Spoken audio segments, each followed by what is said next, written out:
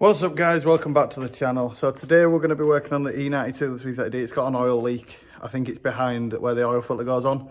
So we've got the filter and stuff, just bought off eBay, there's a seal on there. BMW specialist, and we've got some sealant, engine degreaser, oil, coolant, because you've got to drop the coolant to get the thing off, otherwise you just get soaked. We've borrowed my parents' little barn things. It's got a little pit from previous owner here, and we're going to get this done today, and then we'll show you how to do. So stick by. I hope we solve it out today. So you've got 5 bolts. You've got one here, one there, then you've got one down there, and one down there on that side. You can't see because of this. You also have this intake pipe, which just goes on there. This little clip. You just get a screwdriver under, pop it back, and it'll pop off. It's really easy to do. I release pressure in there.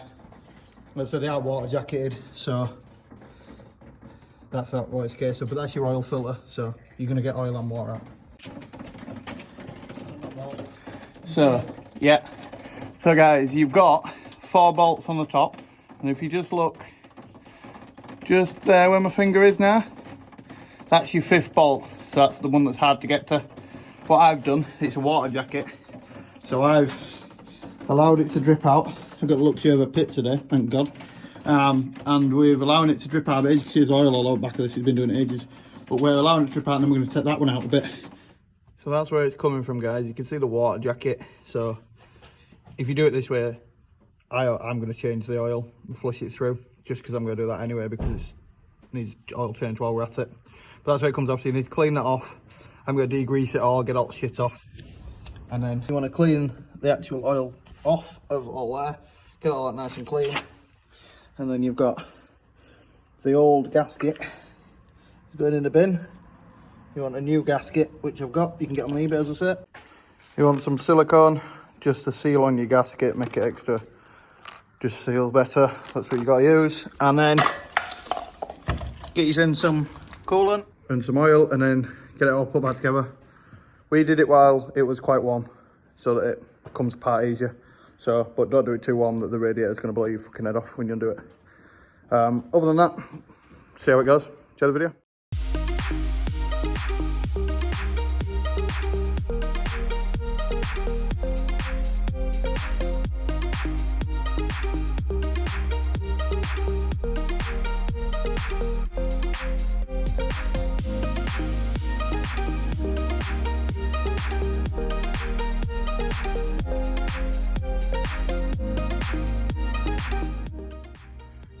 Right, so I forgot to mention it in the video when we did the video, but we actually found out that there was a second seal inside this canister. The canister actually splits.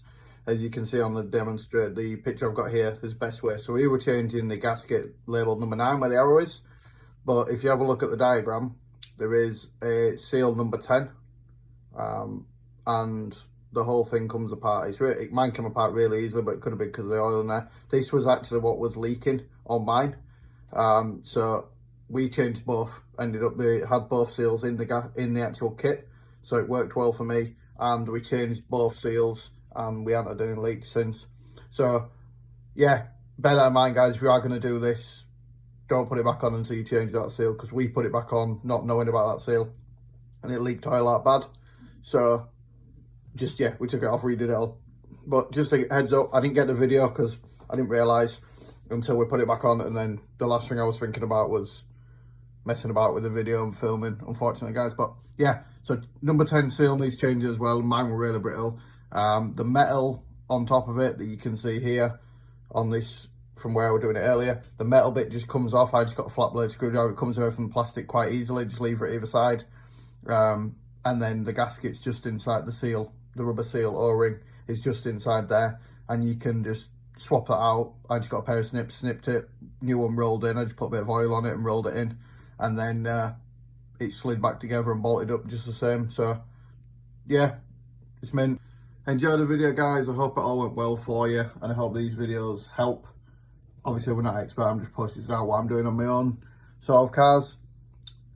There's a new video up on the Lexus one as well, so if you want to go check that out, subscribe to the channel, drop us a comment what you think, if this has been helpful.